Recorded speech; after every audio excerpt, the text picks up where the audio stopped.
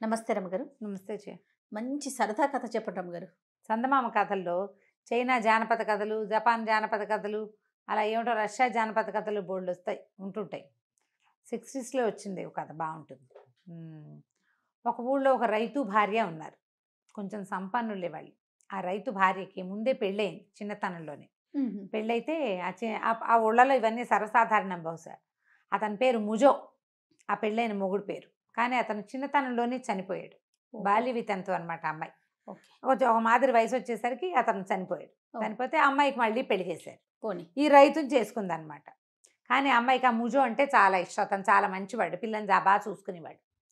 అంటే ఇంత పిల్ల కాస్త వాడు 14-15 ఏళ్ళ వాడు. ఈ చిన్న పిల్లని కొంచెం బాగా చూసుకునేవాళ్ళు, అన్నీ వాళ్ళ ఇంట్లో తినిపించేవాళ్ళు, అవన్నీ ఏవో ఉన్నాయి. ఆ ముజో అంటే ప్రీతి.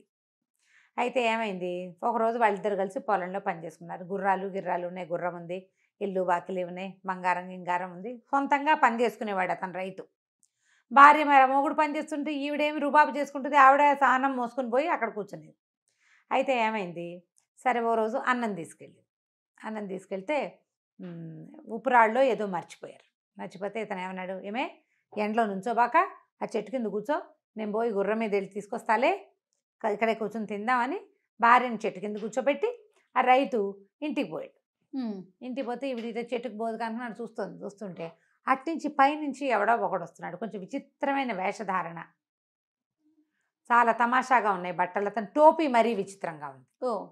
అయితే చెట్టు నీడకు రాగానే అమ్మయ్య ఇక్కడ చల్లగా ఉందన్నాడు. అనేసరికి బాబు ఇలా కూర్చోండి, మంచినీళ్ళు తాగుతావా అని అడిగింది. ఏదో దుత్తలో మన సొరకాయలు లాంటివి ఉంటాయి కదా, నీళ్ళు పోసి మంచినీళ్ళు తాగాడు. నీ బట్టలు ఏమిటి ఇలా వింతగా ఉన్నాయి, ఎక్కడి నుంచి వస్తున్నావు నువ్వు అంది. నేను వేరే లోకం నుంచి వస్తున్నానమ్మా అన్నాడు.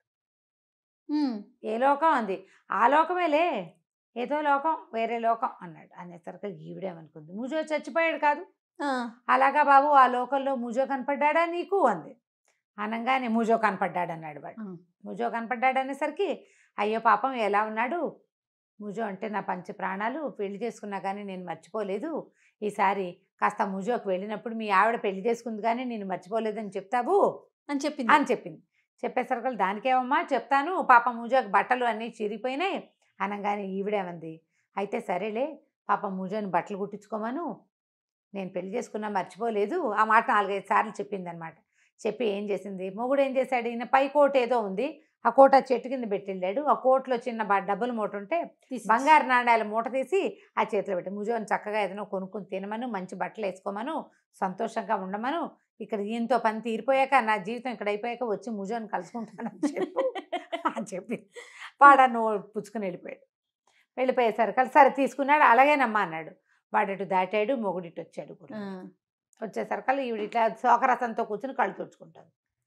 ఏమిటే ఎందుకే ఏడుస్తున్నావు, కంట్లో ఏమన్నా పడింది అన్నాడు. కాదండి. ఏడుస్తున్నావు ఎందుకే అన్నాడు. అనేసరికి మూజో జ్ఞాపకం వచ్చాడండి, పాపం పోనీలేండి కాస్త కడుపు నిండా తిని మంచి బట్టలు వేసుకుంటాడు అంది. కడుపు నిండా తిని మంచి బట్టలు వేసుకోవడం నీ బోందా, మొగుడు చచ్చిపోయాడే వాడు అన్నాడు. చచ్చిపోతే పోయాడులేండి, ఆయనకి ఆ ఊరు వెళ్ళిన వాళ్ళకి ఒకళ్ళకి ఇచ్చి పంపించాను, చక్కగా మంచి బట్టలు కొనుక్కుంటాడు. ఏమి ఇచ్చి పంపించావే అన్నాడు. బంగారు నాణ్యాలండి, కోట్లో పెట్టారు కాదు, అవి ఇచ్చాను, ముజో కోసం ఇచ్చాను అనేసరికి నీ బొంద, చచ్చిపోయిన వాడికి ఇవ్వటం ఏమిటి, ఎవడేవాడు అన్నాడు. అనేసరికి ఇగో వెళ్ళి ఇతను చూస్తూనే ఉన్నాడు. ఆ గుర్రం మీద వెళ్తున్నప్పుడు ఎవరితోటో మాట్లాడుతోంది. ఆ మాట్లాడిన వాడు ఎవడంటే ముజో కోసం పంపించాను అంతే. అనేసరికల్లా పోసి నీ తెలివి తెల్లారా ఉండని చెప్పేసి గుర్రం వేసుకొని బయలుదేరాడు. ఆ ముందెళ్ళిన వాడు ఇతను వస్తున్నాడనే విషయం కనిపెట్టాడు. ఇది తింగరబొంత అని అర్థమైంది ఆయనకి. అదే ఇక ఈయన గుర్రం వేసుకుని పరిగెత్తే, వాడు అటు పరిగెత్తి ఇక దొరకల. ఈయన వెనకాల నుంచి కేకలు పెట్టాడు, ఆగరా బంగారు నాణ్యాలు పట్టుకుని వెళ్ళిపోతున్నావు, మా ఆవిడ పిచ్చితనాన్ని ఆసరా చేసుకుని అని వెంబడబడ్డాడు. ఇక వాడు అటు ఇటు చక్మా ఇచ్చేశాడు, దొరకల. ముందుకెళ్ళాక ఏమైంది, ఒక చోట ఒడ్లు దంచి ఇదేసే మర ఒకటి ఉంది. ఏం చేశాడు, ఆ మరలోకి పరిగెత్తుకుంటూ వెళ్ళి ఆ మరల దగ్గర ఒక ఆయన పనిచేస్తున్నాడు, మర తాలూకు మనిషి. ఇగో బయట ఒక వీడున్నాడు, నిన్ను పట్టుకోవడానికి వస్తున్నాడు, మన సైనికుడు గుర్రం మీద అనేసరికి ఆయనకి ఏం లేదు, ఊరికే పోలీసులు వస్తున్నారంటే భయం వేస్తుంది చూడు, అలాంటి భయం వేసి అమ్మో నేను పారిపోతా అన్నాడు. పారిపోతా అంటే నువ్వు ఇలా పారిపోతే ఎలాగా, వేషం మార్చుకుని పారిపో, నా టోపీ నువ్వు తీసుకొని వీడి నెత్తి మీద ఒక విచిత్రమైన టోపీ ఉంది కాదు అది ఎత్తి ఇతనికి ఇచ్చి తన లోపల నుంచున్నాడు. ఆ మర దగ్గర ఆ మర ఇట్లా దిప్పుతూ నుంచునేసరికల్లా ఈయన ఏం చేశాడు, గుర్రం వేసుకొచ్చి అక్కడ ఇంకా వేరే దారి లేదు, లోపలికి వెళ్ళి ఉంటాడు అనుకుని గుర్రం బయటాపి లోపలికి వచ్చాడు. వచ్చి లోపలికి వచ్చేసరికల్లా ఏమైంది, కనపడ్డాడు మనిషి. ఏమయ్యా ఇక్కడ ఒక మనిషి పరిగెత్తుకొచ్చాడా అంటే నేను చూడలేదు అన్నాడు ముందు. తర్వాత ఇంకో 2-3 ప్రశ్నలు వేసేసరికల్లా ఇటు వెళ్ళాడు అన్నాడు. అనగానే నా గుర్రం ఇక్కడే ఉంది చూస్తూ ఉంటూ నేను వెళ్ళి వాడిని చూసిస్తాను. గుర్రం బయట పెట్టి ఈయన పరిగెత్తాడు. బయటికి పరిగెత్తి ఆ ఎక్కువ దూరం వెళ్ళి ఉండడు. ఆ షెడ్ ఉంది కదా మర దగ్గర కొంచెం గ్యాప్ లేదు ఎక్కువగా. సరే ఏమైంది, వెనకాల సందులో పరిగెత్తాడు. చెట్లు పొట్లు దాటుకుంటూ ఆయన వెనకాల పరిగెత్తుకుంటూ వెళ్ళి పట్టుకున్నాడు. దొంగ వెధవా నా బంగారు నాణ్యాలు తీయన్నాడు. ఆయన అన్నాడు, నీ బంగారు నాణ్యాలు ఏమిటి, నేను ఎక్కడ తీసుకున్నాను, మా ఆవిడకి చెప్పావు కదా నువ్వు ముజోకి ఇస్తానని. ముజో ఎవరు, మీ ఆవిడెవరు, నువ్వెవరు, ఎక్కడివి 100 నాణ్యాలు బంగారు నాణ్యాలు అన్నాడు వాడు. అనేసరికల్లా మరి నువ్వు ఎందుకురా పరిగెత్తావు, నువ్వు తీసుకోపోతే అన్నాడు. నేనేం చేయను, ఆ మర దగ్గర నుంచున్నాడు కదా, సైనికుడు వస్తున్నాడని చెప్పాడు, భయం వేసి పారిపోయాను, వాడు టోపీ నాకు ఇచ్చాడు, ఆ టోపీకే గుర్తు ఇతనికి, ఆ టోపీ పుచ్చుకునే వెనకాల పరిగెత్తాడు.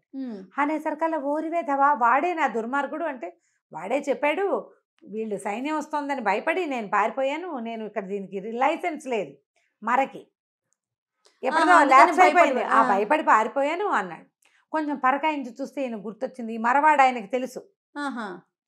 అప్పుడు ఏం చేశాడు, ఇద్దరు కలిసి వెనకొచ్చారు. నా మర ఏమైపోయిందో అని వాడికి భయం వేసింది. ఇద్దరు వెనకొచ్చేసరికి గుర్రము లేదు, మనిషి లేడు. చక్కగా గుర్రం వేసుకొని ఈయన మెల్లిగా ఏం చేస్తాడు, ఎంత దూరం వచ్చేసాడు, కాళ్ళు ఈడ్చుకుంటూ 2 గంటలకు చేరాడు. అదేమిటయ్యా అట్లా చచ్చి చెడి నడిచిస్తున్నావు, గుర్రమేది అంది. ముజో కోసం పంపించానే అన్నాడు. నీ ముజో నడవలేకపోతున్నాడు, నువ్వు బట్టలు కొనుక్కో, బాగా తినమన్నావు, ఒట్టి బట్టలు కట్టుకుంటే ఏం చేస్తాడు, గుర్రం ఉంటే కదా చలచలమని తిరుగుతాడు, అందుకని ముజో కోసం ఇచ్చేసాను. ఇప్పుడు సంతోషపోనిలే, ముజో గుర్రం మీద తిరుగుతాడు, మనం ఇంకో గుర్రం కొనుక్కుందాం, సరిపోయింది. ఇలా తెలివి తక్కువ పెద్దమ్మల్ని ఇలాంటి కాకపోయినా ఇంకో రకంగా అయినా జనాలు బురిడి కొట్టించేవాళ్ళు వేల సంఖ్యలో ఇప్పటికీ ఉన్నారు. అవునండి, ఉన్నారు. దాంట్లో ఎలాంటి వాళ్ళు ఉన్నారు, పెళ్లి సంబంధాలు, అబ్బాయి కింగ్ అని, వాడికి ఉద్యోగం అని, వాడికి చదువు ఉందని, వాడికి ఇల్లు ఉందని, వాకిలు ఉందని, డామ్ డీమ్ అని చెప్పేవాళ్ళు. వాళ్ళకి ఆస్తి ఉండదు, వాడికి సరైన ఉద్యోగం ఉండదు, 2 ఉండవు, ఆ ఉద్యోగానికి జీతము ఉండదు. అక్కడి నుంచి అమ్మాయి తండ్రి దగ్గర బోళ్ళంత ఉందని చెప్తారు, వీళ్ళ దగ్గర ఏముండదు. అమ్మాయి అబ్బాయి ఏమో ఇంద్రుడు చంద్రుడు, అమ్మాయి ఏమో శ్రీదేవి ఐశ్వర్యరాయి, అది కాదు ఇది కాదు ఇది. అక్కడి నుంచి ఉద్యోగాలకి టోకరాలు ఇస్తారు, నేను ఉద్యోగం వేయిస్తాను, నాకు వాళ్ళు తెలుసు వీళ్ళు తెలుసు వీళ్ళు తెలుసు, డబ్బులు దండేస్తారు, వీళ్ళ దగ్గర పడిపోతారు. అంతున్నవాడు వీడు సొంత వాళ్ళకి ఎందుకు ఉద్యోగం వేయించలేదు అని ఎవరు అడగరు. అంతే కదా. ఈ వ్యాపారాలు చిన్న చిన్న వ్యాపారాలు పెట్టించడం, ఆ వ్యాపారం చేస్తే ఎంత వస్తుంది, ఈ వ్యాపారం చేస్తే ఇంత వస్తుందని కబుర్లు చెప్తాడు ఒక్కొక్కడు. పిచ్చి వెధవలు 5-6 దిగిపోతారు. అవన్నీ తెలుసుంటే వీడిలా ఎందుకున్నాడు, పోచుకోలు కబుర్లు చెప్పుకుంటూ. అంతే, పని చేసేవాడు పోచుకోలు రాయిలాగా ఉంటాడా, ఉండడు. అది ఆలోచించరు, దిగేస్తారు. ఇప్పటికీ కూడా రైస్ పుల్లింగ్ అని ఇంకోటని, ఈ బౌల్ దగ్గర పెట్టుకుంటే, ఈ కొంచెం మీ ఇంట్లో పెట్టుకుంటే మీకు డబ్బులు వచ్చేస్తాయని, ఫలానా అదేదో చేస్తే ఇదేదో వచ్చి పడిపోతుందని వాళ్ళు చెప్తూనే ఉంటారు, వీళ్ళు నమ్ముతూనే ఉంటారు, మోసం చేసే. దానికి ఇప్పుడు చూడు, కథలో ఈవిడ తింగర్ మోహన్ తెలుస్తోంది మనకి, అమాయకురాలు, తెలివి తక్కువది. ఇప్పుడు తెలివి గల మహానుభావులు ఎంతమంది పడిపోతున్నారు. అవును అవును, అష్టవిధ తెలుగులు ఉన్నవాళ్ళు కూడా బోర్ల పడతారు, ఈజీగా దేనికోసమైనా పడిపోతూ ఉంటారు. మోసపోకండి, తెలివిగా ఎప్పుడు మోసం చేసేవాడిది తప్పు కాదు, మోసపోయేవాడిదే తప్పు. నువ్వు నమ్మటం నీ తెలివి తక్కువ, అంతే. ఆనుపాను ఆలోచించుకుంటా దిగటం నీ తప్పు. పంచతంత్ర నిండా ఇలాంటి కథలే ఉంటాయి. వాడు తెలివిగా చేస్తాడు, నీకెందుకు లేదు తెలివి, నువ్వు మాత్రం అదే అన్నం తింటున్నావు, అదే గాలి పీలుస్తున్నావు కదా, ఏమిటి వాడు ఎక్కువ నీ తక్కువ, నువ్వెందుకు తెలివిగా ఉండవు. మోసపోవద్దు, మోసపోకుండా ఇలానే మోసపోకూడదని ఎవరిని నమ్మకుండా ఉంటారు కొంతమంది. మహా తెలివితేటలుగా ఫీల్ అయ్యి నేను మోనార్కుని అనుకుంటా, వాళ్ళు బోర్ల పడతారు. బోర్ల పడ్డం న్యాచురల్. పడకుండా ఉండాలంటే కొంచెం బ్రెయిన్ తోటి ఆలోచించుకుని దిగాలి, తప్పకుండా. నమస్తే రమగారు. నమస్తే. సుమన్ టీవీలో మీ పర్సనల్ అండ్ బిజినెస్ ప్రమోషన్స్ కోసం కింది నెంబర్కి కాంటాక్ట్ చేయండి.